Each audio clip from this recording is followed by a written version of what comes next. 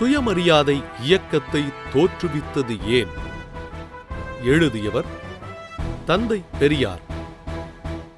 ஒலிப்புத்தக வடிவில். வெளியீடு பெரியார் சுயமரியாதை பிரச்சார நிறுவனம்.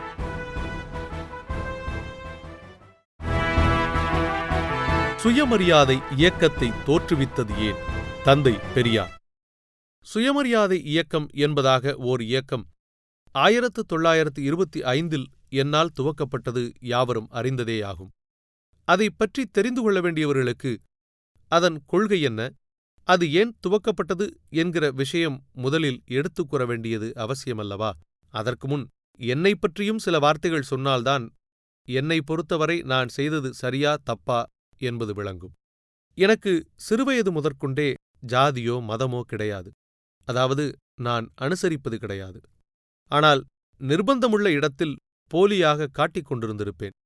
அதுபோலவே கடவுளைப் பற்றியும் மனதில் ஒரு நம்பிக்கையோ பயமோ கொண்டிருந்ததும் இல்லை. நான் செய்ய வேண்டுமென்று கருதிய காரியம் எதையும் கடவுள் கோபிப்பாரே என்றோ தண்டிப்பாரே என்றோ கருதி எந்த காரியத்தையும் செய்யாமல் விட்டிருக்க மாட்டேன். கடவுள் மகிழ்ச்சியடைவார் என்று கருதியோ எனக்கு அவசியமென்று தோன்றாத எந்த காரியத்தையும் செய்திருக்கவும் மாட்டேன். எனது வாழ்நாளில் என்றைக்காவது ஜாதியையோ மதத்தையோ கடவுளையோ உண்மையாக நம்பியிருந்தேனா என்று இன்னமும் யோசிக்கிறேன். இதற்கு முன்பும் பல தடவை யோசித்திருக்கிறேன். எப்பொழுதிலிருந்து எனக்கு இவைகளில் நம்பிக்கையில்லை என்றும் யோசித்து யோசித்து பார்த்திருக்கிறேன். கண்டுபிடிக்க முடியவே இல்லை. எனது 6வது வயதில் நான் ஒரு திண்ணை பள்ளிக்கூடத்திற்கு அனுப்பப்பட்டேன். அப்பள்ளிக்கூடம் ஈரோடு டவுனுக்கு சற்று விலகிய தூரத்தில் இருந்தது. இப்போது அது நடு ஊராகிவிட்டது. அப்பள்ளிக்கூடத்தைச் சுற்றி வாணிய செட்டிமார்களின் வீடுகள் உள்ளன. எண்ணெய்ச் செக்குகள் சதா ஆடிக்கொண்டே இருக்கும். மூங்கிலில் பாய் முரம் கூடை பின்னுகிறவர்கள் தெரு ஓரங்களில் குடிசை கட்டிக்கொண்டு தங்கள் வேலையைச் செய்வார்கள். சில முஸ்லிம்கள் வீடும் குடிசை ரூபமாக அங்கே உண்டு. ஆகவே அப்பள்ளிக்கூடத்தைச் சூழ்ந்திருந்த மக்கள் வாணியச் செட்டியார், வேதக்காரர்கள், சாயுபுகள் ஆகியவர்கள். அந்த காலத்தில் இவர்கள் வீட்டில் மற்ற ஜாதியார்கள் என்பவர்கள் எவ்வித உணவும் அருந்த மாட்டார்கள் அல்லவா? ஆகையால் என் வீட்டார்கள் நான் பள்ளிக்குப் போகும்போது எனக்கு ஞாபகமாய் சொல்லி அனுப்புவார்கள். என்னவென்றால், அங்குள்ள ஜாதியார் புழங்கக்கூடாத ஜாதிக்காரர்கள். அவர்கள் வீட்டில் தண்ணீர் குடித்து விடாதே, வேண்டுமானால் வாத்தியார் வீட்டில் வாங்கி குடி என்று சொல்லி அனுப்புவார்கள். அதுபோலவே 2 தடவை வாத்தியார் வீட்டில் தண்ணீர் கேட்டேன். வாத்தியார் ஓதுவார் ஜாதி, மாமிசம் சாப்பிடாத சைவர்கள். அவர்கள் வீட்டுச் சிறுபன் எனக்கு தண்ணீர் கொடுக்கும் பொழுது ஒரு வெண்கல டம்ளரை கீழே வைத்து அதில் தண்ணீர் ஊற்றி எடுத்து தூக்கி குடிக்கச் சொல்லும். நான் குடித்த பிறகு கவிழ்த்து வைக்கச் சொல்லும். பிறகு அதன் மீது தண்ணீர் ஊற்றி அதை எடுத்து நிமிர்த்தி உள்ளேயும் தண்ணீர் ஊற்றி கழுவி உள்ளே எடுத்து கொண்டு போகும். இதற்குள் எனக்கு தூக்கி குடிக்கத் தெரியாமல் குடிக்கும்போது பகுதி தண்ணீர் மூக்கிலும் உடல் மேலும் விழும், பகுதி தண்ணீர்தான் வாயில் விழும். மூக்கில் விழுந்த தண்ணீரால் புறையேறி இருமல் வந்து வாய்த்தண்ணீர் கீழே விழும். இதையெல்லாம் பார்த்து அந்த பெண் அசிங்கப்படும். சில சமயம் கோபித்து வையும். அதனால் நான் தாகம் ஏற்பட்டாலும் வாத்தியார் வீட்டில் தண்ணீர் கேட்பதில்லை. வாணியச் செட்டியார் பிள்ளைகள் வாத்தியார் வீட்டில் தாகத்திற்கு தண்ணீர் கேட்பதில்லை. எழுந்து நின்று பெருவிரலை வாத்தியாருக்கு காட்டியவுடன், போய்விட்டு சீக்கிரம் வா என்பார். பையன் ஓடோடி அவன் வீட்டிலோ, அவனது வீடு சற்று தூரமாயிருந்தால் சமீபத்தில் உள்ள ஒரு செட்டியார் வீட்டிலோ குடித்துவிட்டு ஓடி வருவான். ஒரு நாள் நானும் அங்கு போய் தண்ணீர் சாப்பிடலாம் என்று கருதி ஒரு செட்டியார் பையன் எழுந்து பெருவிரல் நீட்டும்போது நானும் நீட்டினேன். இருவரையும் போகும்படி வாத்தியார் தலையாட்டினார். இருவரும் ஓடினோம். வாத்தியார், ராமா, நீ எங்கே ஓடுற என்றார். தண்ணீருக்கு ஐயா என்றேன். தண்ணிக்கு அவங்கூட போறையே என்றார். பிறகு நான் வாத்தியார் வீட்டுக்கு, அதாவது ஒரு கூரைச்சாலையில் ஒரு பாகம் நிறைச்சல் கட்டி தடுத்து அதில் வாத்தியார் குடியிருப்பார். அங்கு போய் தண்ணீர் குடித்து தண்ணீரை தேகமெல்லாம் சிந்திக்கொண்டு வேஷ்டியையும் நனைத்துக் கொண்டு வந்து உட்கார்ந்து கொண்டேன். அடுத்த நாள் தண்ணீர் தாகமெடுத்தபோது ஒரு செட்டியார் பையனிடம் பேசி வைத்து அவன் தண்ணீர் குடிக்க பெருவிரலை காட்டும் முன்பே நான் ஒன்றுக்கு போக கேட்பவன் போல் எழுந்து நின்று ஆள்காட்டி விரலை நட்டத்தில் நீட்டிக் காட்டினேன். வாத்தியார் தலையை அசைத்தார். நான் வாத்தியார் வீட்டுக்கு பின்புறம் போய் நின்று கொண்டேன். செட்டியார் வீட்டு பையன் தண்ணீர் குடிக்க அனுமதி கேட்டுக் கொண்டு வந்தான். அவன் வீடும் பின்புறமாய் போகக்கூடியதுதான். அவனும் நானுமாக அந்த செட்டியார் வீட்டுக்கு ஓடினோம். லோட்டாவில் தண்ணீர் கொண்டு வந்து கொடுத்தான். நான் சாதாரணமாக எங்கள் வீட்டில் குடிப்பது போல் லோட்டா விளிம்பை உதட்டில் வைத்து குடித்தேன். அந்த செட்டியார் விட்டம்மாள் என்னை பார்த்ததும், நீ நாயக்கர் வீட்டு தம்பியா என்றார். நான் ஆமாம் என்றேன். "இங்கே தண்ணீர் குடிக்கிறாயே, உங்க வூட்டுல ஒன்னும் சொல்ல மாட்டாங்களா?" என்றார். "சொல்ல மாட்டாங்கோ" என்று சொல்லிவிட்டு என் கூட வந்த பையனுடன் கூட ஓடி வந்து விட்டேன். அதற்குள் அந்த அம்மாள் அந்த பையனை கூப்பிட்டு, "டே பழனியப்பா, அந்த சொம்பை கழுவி வைத்து விட்டு போடா" என்றார்.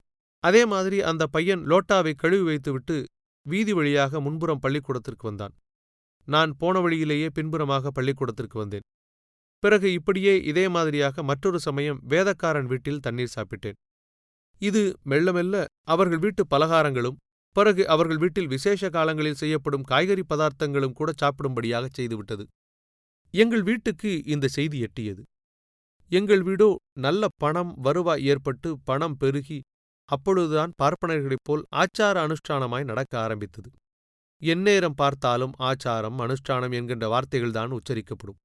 என்றாலும் என் தகப்பனாருக்கு நான் கண்ட இடத்தில் சாப்பிடுவதைப் பற்றி அதிகமான கவலை கிடையாது. "இனி அப்படி செய்யாதே" என்று சொல்லிவிடுவதோடு அவர் வேலை ஒழிந்துவிடும். என் தாயார் ஏதோ முழுகிவிட்டது போல கருதி மிகத் துயரப்படுவார். என்ன பண்ணியும் காரியம் மிஞ்சிவிட்டது. சாய்வுமார் பையன் கொடுத்த பண்டம் கூட சாப்பிட்டு விட்டேன் என்பது என் வீட்டிற்கு தெரிந்துவிட்டது.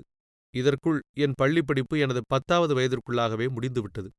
ஏனென்றால் என் சிநேகிதம் தின்னாத புழங்கக்கூடாத ஜாதியாருடன் தான் அதிகம். அதனாலே நான் முரணாகிவிட்டேன் என்பது அவர்கள் எண்ணம். காலில் விலங்கு இடப்பட்டேன். அந்த விலங்குடனேயே அந்த பிள்ளைகளுடன் கூடித் திரிந்தேன். ஒரு 15 நாள் 2 கால்களிலும் விலங்கு கட்டைகள் போடப்பட்டேன். அப்பொழுதும் 2 தோள்களிலும் 2 விலங்குகளைச் சுமந்து கொண்டு திரிந்தேன். அப்போதும் அந்த பிள்ளைகளுடன் விளையாடப் போய்விடுவேன். கடைசியாக நான் அப்பள்ளிக்குப் போவது நிறுத்தப்பட்டது.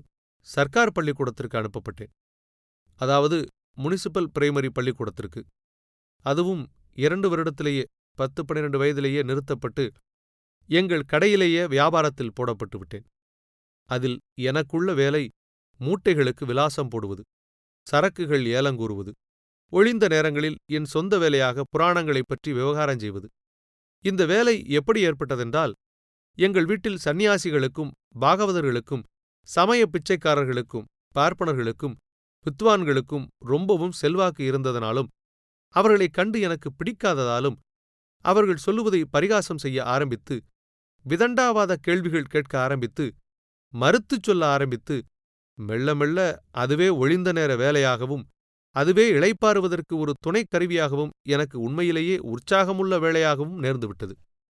நான் புராணங்களையோ வேறு எந்த தனிப்பட்ட புத்தகங்களையோ படிப்பதில்லை என்றாலும் சைவம் வைணவம் ஆகிய 2 சமய சம்பந்தமாக உள்ள கதைகளோ சரித்திரங்களோ சதா சர்வகாலம் எங்கள் வீட்டில் 2 சமய பக்தர்களாலும் காலட்சேபம் செய்யப்பட்டு வந்தது. ஏன், பணம் வந்து குவியும்போது தர்மம் செய்து தர்மபிரபு பட்டம் வாங்க வேண்டாமா? ஆதலால் இவர்கள் எங்கள் வீட்டில் குவிந்து கிடப்பார்கள். என் தாயார் இவர்கள் அளப்புகளை அதிக பக்தி சிரத்தையுடன் கேட்டுக்கொண்டே இருப்பார். தகப்பனாருக்கு இது ஒரு பெருமையாகவும் திருப்தியாகவும் இருக்கும். இதனால் எனக்கு சமய சம்பந்தமான விஷயங்கள், புராண சம்பந்தமான விஷயங்கள் தானாகவே தெரிய வரும். அவற்றிலிருந்தே நான் பல கேள்விகளைக் கேட்கவும், அவர்கள் பக்தர்கள் பண்டிதர்கள் பல கேள்விகளுக்கு பதில் தாறுமாறாகவும் ஆளுக்கு ஒரு விதமாகவும் சொல்லவுமாய் இருந்ததே எனக்கு அதிக உற்சாகத்தை விளைவித்ததோடு, என்னை ஒரு கெட்டிக்கார பேச்சுக்காரன் என்று அக்கம்பக்கத்தில் உள்ளவர்கள் சொல்லுமளவுக்கு நிலைமை ஏற்பட்டுவிட்டது.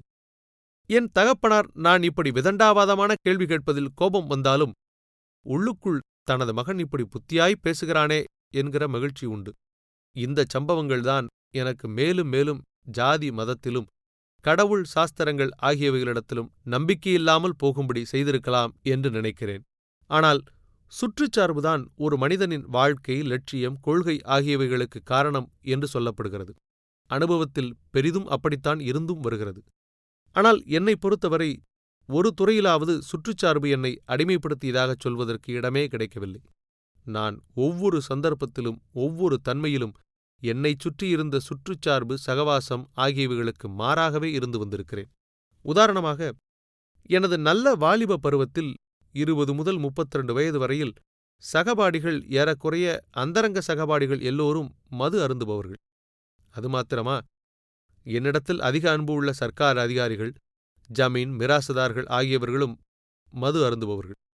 மேற்கண்ட வயதில் அநேகமாக இரவெல்லாம் இந்த கூட்டத்தாருடனே கோலாகலமாயிருந்து காலை 6 மணிக்கு வீட்டுக்கு வந்து கொத்துச்சாவியை எடுத்துக்கொண்டு கடை திறக்கப் போய்விடுவேன். ஒரு ராத்திரிக்கு 4 பாட்டில் 5 பாட்டில் பிராந்தி உடைவிடும்.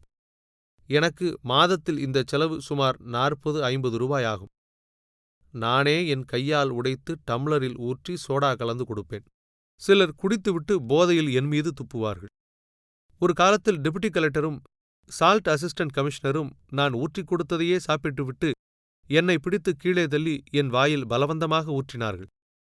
அப்படியெல்லாம் இருந்தும் என்னை அந்தச் சகவாசமும் சுற்றுச்சார்பும் அது மது அருந்தினால் எப்படியிருக்கும் என்று யோசிக்கக்கூடத் தூண்டவில்லை.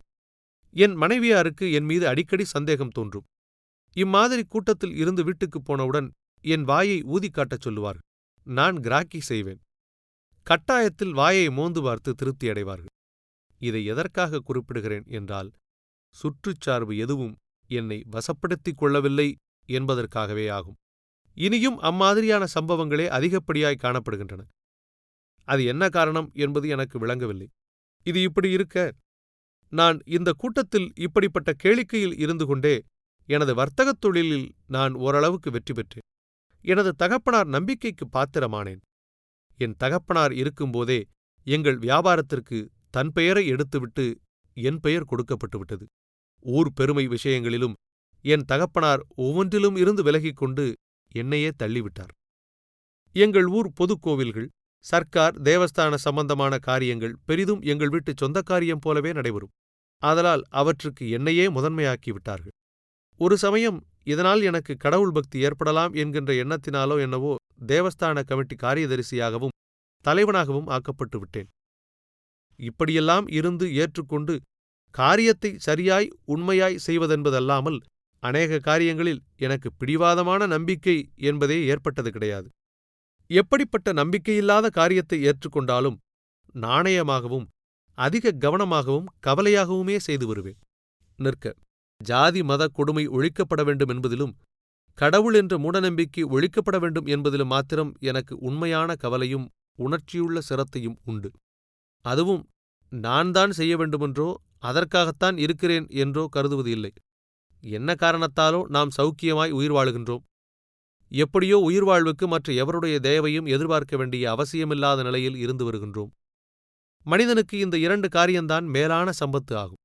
அதாவது உழைக்க உறுதியும் ஆசையும், அதாவது சோம்பேறித்தனமும் கழிப்பினித்தனமும் இல்லாத திடமுள்ள சரீரமும், தனது வாழ்வில் எந்தத் துறைக்கும் மற்றவர்களை எதிர்பார்க்கவோ தனக்குச் சரியென்று தோன்றிய அபிப்பிராயங்களை, முடிவுகளை தனது வாழ்க்கைக்காக, வாழ்க்கை நலத்துக்காக, மற்றவர்களின் தயவுக்காக மாற்றிக்கொள்ளவோ வேண்டிய அவசியமில்லாத, சாகும் வரை சுதந்திர உணர்ச்சியுடன் இருக்கத்தகுந்த நிலை எதுவோ அதுவே மேற்கண்ட உயர்ந்த சம்பத்தாகும்.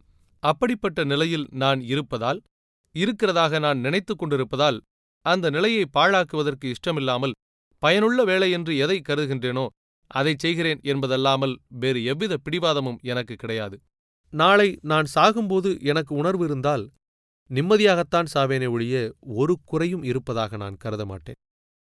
எதையும் நான் குறையாய் விட்டுவிட்டுப் போகிறேன் என்று அதிருப்திப்பட மாட்டேன். நான் ஜீவனோடு இருப்பதால் அதற்கு ஒரு வேலை இருந்துதானே ஆக வேண்டும். ஏதாவது ஒரு வேலை இல்லாமல் உயிர் வாழ முடியாதே என்று கருதி ஏதோ ஒரு வேலை என்பதில் இதை, அதாவது ஜாதி மதமென்ற கொடுமை ஒழிவதும் கடவுள் என்ற மூடநம்பிக்கை ஒழிவதும் மனித சமூகத்திற்கு நன்மையானது என்கின்ற கருத்தில் அதற்காக என்ன செய்ய வேண்டும் என்று கருதுகிறேனோ அந்த வேலையைச் செய்கிறேன். இந்த உணர்ச்சி வலுத்துத்தான் முடிவானதுமான வேலை என்று இறங்கிவிட்டேன். இந்த எண்ணத்தின் மீதே சுயமரியாதை இயக்கம் ஆரம்பித்தேன். இந்த எண்ணம் கைகூடினால் மனித சமூகத்தில் உள்ள போராட்டங்கள் பெரிதும் மறைந்துவிடும். தனிப்பட்ட மனிதர்களுக்குள்ள குறைகள் நீங்கிவிடும். தனக்கு என்கின்ற பற்றும் ஒழிந்துவிடும். உற்சாகத்துக்காக வேண்டுமானால் போராட்டங்களும் குறைகளும் அதிருப்திகளும் கவலைகளும் இருக்கலாம். அதாவது பண்டிகைக்காக ஓய்வெடுத்துக் கொண்ட மக்கள் பலர் கூடி சதுரங்கமோ சீட்டாட்டமோ விளையாடும்போது யோசனைகள், கவலைகள், அதிருப்திகள் காணப்படுவது போல் இயற்கையின் ஆதிக்கத்தால் நமது வாழ்வுக்கு அவசியமில்லாததும் பாதிக்காததுமான யோசனை, கவலைகள் முதலியன காணப்படலாம். இவை எந்த மனிதனுக்கும் மனிதனல்லாத மற்ற எந்த ஜீவனுக்கும் இருந்துதான் தீரும். ஆகையால் மனிதனுக்கு எந்த நிலையிலும் வேலை, கவலை உணர்ச்சி, சுகதுக்கம் இருந்தே தீரும். அதை உத்தேசித்தே இந்த வேலை மேற்கொண்டேன். இதைத்தான் நிஷ்காமிய கர்மம் என்று சொல்லலாம். மற்றபடி காமிய கர்மத்துக்கு பலன் இல்லையென்று நிஷ்காமிய கர்மத்துக்குத்தான் பலன் உண்டு என்று சொல்லப்படுவதும் முன்னுக்குப் பின் முரணான கருத்தேயாகும். எப்படியெனில், நிஷ்காமிய கர்மம் என்பதை, அதாவது பயனை எதிர்பார்க்காத காரியத்தை ஒரு மனிதன் ஏன் செய்ய வேண்டும்? நிஷ்காமியம் செய்தால்தான் பலன் உண்டு என்றதாலேயே ஒரு பலன் ஏற்பட வேண்டும் என்பதற்காக வேண்டி செய்வது என்பது அர்த்தமாகிறதல்லவா? ஒரு மனிதன் ஒரு பலனை எதிர்பார்த்து காரியம் செய்கிறது என்பதில் எப்படிப்பட்ட காரியமானாலும் அதன் கவலை அவனை பிடித்துத்தான் தீரும். ஆனால் உண்மையிலேயே நாம் ஜீவனுள்ள வரையில் ஏதாவது ஒரு காரியம் செய்ய வேண்டுமே என்பதற்காக, அதுவும் அந்த வேலையை தெரிந்தெடுக்க நமக்கு சரியாகவோ தப்பாகவோ உரிமையிருக்கிறது என்பதாலேயோ இந்த வேலை சுயமரியாதை இயக்க வேலை செய்து வருகிறேன். ஆனால் இந்த வேலை நமக்கு எப்போதாவது ஏமாற்றத்தை கொடுத்து சலிப்பாக வேலை செய்யவில்லை. தொடக்கம் முதல் உற்சாகத்தையே ஊட்டி வருகிறது. சுயமரியாதை இயக்கத்தின் தத்துவம் உலகம் ஒப்புக்கொண்டதேயாகும். என்னவென்றால், காரண காரிய தத்துவ உணர்ச்சியையும் உலகம் ஏற்றுக்கொண்டு விட்டது. மனித வாழ்வின் ஒவ்வொரு எண்ணத்திற்கும் தோற்றத்திற்கும் காரண காரியத்தை மனித ஜீவன் தேடுகின்றது. இயற்கையையே ஆராய தலைப்பட்டாய்விட்டது. விவரம் தெரியாத வாழ்வை அடிமை வாழ்வு என்று கருதுகிறது. சுயமரியாதை இயக்கத்தின் தத்துவமே அதுதான். எந்த காரியமானாலும் காரண காரியமறிந்து செய். சரியா தப்பா என்பதை அந்த காரண காரிய அறிவிற்கும் ஆராய்ச்சிக்கும் விட்டுவிட்டு எந்த நிர்பந்த சமயத்திலும் அதன் முடிவுக்கு மரியாதை கொடு என்கிறது. அதுதான் சுயமரியாதை. மனிதன் சரியென்று கருதிய எண்ணங்களுக்கும் முடிவுகளுக்கும் மரியாதை கொடுப்பதுதான் சுதந்திரமாகும். சுதந்திரத்திற்கும் சுயமரியாதைக்கும் அதிக தூரமில்லை. இன்றைய சுதந்திரவாதிகள் சுயமரியாதையை அலட்சியம் செய்கிறார்கள். இது உண்மையிலேயே மூடவாதம் என்று சொல்லுவோம். சுயமரியாதை அற்றவர்களுக்கு சுதந்திரம் பலனளிக்காது என்பதுதான் சரியான வார்த்தையாகும். சுயமரியாதை இயக்கத்திற்குத்தான் சுதந்திர உணர்ச்சி உண்டு. சுயமரியாதைக்காரனின் சுதந்திரம் இருக்கத்தக்கதாகவே இருக்கும். சுதந்திரக்காரனின் சுதந்திரமோ அவனுக்கே புரியாது. புரிந்தாலும் ஒரு குறிப்பிட்ட விஷயத்தை பொறுத்ததாக மாத்திரம் இருக்கும். உதாரணமாக, இன்று அரசியல் சுதந்திரத்தை எடுத்துக்கொள்வோம். இன்று அரசியல் உலகில் இருவர் பெயர் அடிபடுகின்றது. ஒன்று தோழர் காந்தியார் பெயர், மற்றொன்று தோழர் ஜவஹர்லால் பெயர். காந்தியார் இந்து மதம் புனருத்தானம் ஆவதும் பழைய முறைகள் உயிர்ப்பிக்கப்படுவதும் சுதந்திரம் என்கிறார். ஜவஹர்லால் பண்டிதர் இந்தியா பிரிட்டிஷ் ஆட்சியிலிருந்து விடுபடுவது சுதந்திரம் என்கிறார். இவர்கள் இருவரும் கோரும் சுதந்திரங்களில் எது வந்ததானாலும் அல்லது இரண்டுமே வந்துவிட்டாலும் மனித சமூக வாழ்க்கையில் உள்ள துன்பங்களில் எது ஒழிக்கப்பட்டுவிடும் என்று ஆராய்ந்து பார்த்தால் சுதந்திரம் சுயமரியாதை அளிக்காது என்பது விளங்கும். எவ்வளவு சுதந்திரம் ஏற்பட்டாலும் சுயமரியாதைக்கு தேவை இருந்து கொண்டுதான் இருக்கும். முழு ராஜ்யமுள்ள பிரிட்டிஷ் தேசத்தில் குடிகளுக்கு, ஏன் ராஜாவுக்கே தன் இஷ்டப்படி கல்யாணம் செய்து கொள்ள சுதந்திரம் இல்லாமல் ராஜ்யத்தை துறக்க வேண்டியதாகிவிட்டது என்றால், அதுவும் ஜனப்பிரதிநிதிகளால், அதுவும் பொதுஜனங்களுடைய விருப்பம் ஆமோதிப்பு என்பவைகளின் பேரால் என்றால், ஜவஹர்லால் சுயராஜ்யத்தில் காந்தியார் சுதந்திரத்தில் மனிதனுக்கு கடுகளவாவது சுயமரியாதைக்கு இடமுண்டா என்று கேட்கிறோம். அப்படிக்கில்லாமல் சுயமரியாதை பெற்ற சுதந்திரமாயிருந்தால், சுயமரியாதைக்குப் பிறகு சுதந்திரமாயிருந்தால், காதலுக்கு பிரிட்டிஷ் அரசருக்கு ஏற்பட்டது போல் விலங்கு இருக்குமா என்று கேட்கிறேன். சுயமரியாதை என்பதற்கு நிகர் உலகில் மனிதனுக்கு உயிரைத் தவிர வேறு ஒன்றுமே இல்லை என்று சொல்ல வேண்டும். தமிழ்நாட்டில் சுயமரியாதை இயக்கம் தோன்றி வெகு சாதாரணமான முறையில் எவ்வளவோ எதிர்ப்புக்கிடையில் நேர்போக்கு பிரச்சாரமாக நடந்து வந்திருந்த போதிலும் அதற்கு எத்தனையோ இடையூறுகள் பல கூட்டங்களில் இருந்தது. ஏன், சுயமரியாதை இயக்கம் தமிழ்நாடு, மலையாள நாடு, ஆந்திர நாடு ஆகியவைகளை சமுதாய இயலில் ஒரு கலக்கிவிட்டிருக்கிறது. மத இயலிலும் மகா பண்டிதர்கள், ஞானிகள், ஆச்சாரியார்கள் என்பவர்களையெல்லாம் மாறிக்கொள்ளச் செய்திருக்கிறது. தோழர் காந்தியாரை பல கரணங்கள் போடச் செய்துவிட்டது. பெண்கள் உலகில் உண்மையான சுதந்திர வேட்கையை கிளப்பிவிட்டது. கீழ்ஜாதி மேல்ஜாதி என்பவைகள் ஓடுவதற்கு ஓட்டத்தில் ஒன்றுக்கொன்று பந்தயம் போடுகின்றன. கிறிஸ்தவர்களும் முஸ்லிம்களும் பைபிளுக்கும் குரானுக்கும் புதிய வியாக்கியானங்கள் செய்ய தலைப்பட்டு விட்டனர். காங்கிரஸ் தொல்லை இல்லாமல் இருந்திருக்குமானால் இந்தியா பூராவையும் சுயமரியாதை இயக்கம் இன்னும் அதிகமாய் கலக்கியிருக்கும் என்பதோடு பார்ப்பனியம் அடியோடு மாண்டிருக்கும் என்றே சொல்லலாம். இந்தியா முழுமைக்கும் பிரச்சாரம் செய்யப் போகின்றது சுயமரியாதை இயக்கம். அது தனது பழைய வாலிபர்கள் பெரும்பாலோர் வாழ்க்கைப் பருவம் அடைந்துவிட்டதால் புதிய வாலிபர்களைச் சேர்த்துக் கொண்டு வருகிறது. ஏராளமான வாலிபர்கள் இருக்கிறார்கள். எனக்கு ஒரு சமயம் குறை ஏற்பட்டாலும் சுயமரியாதைக்கு குறை ஏற்படாது. வாலிபர்களே, தயாராயிருங்கள். இக்கட்டுரை 1937 குடியரசு இதழில் தந்தை பெரியார் அவர்களால் எழுதப்பட்டது. இதுவரை நீங்கள் கேட்டது சுயமரியாதை இயக்கத்தை தோற்றுவித்தது ஏன் ஒலிப்புத்தகத்தின் முதல் பகுதி. தொடரும் பகுதியை அடுத்த பதிவில் கேளுங்கள். நன்றி.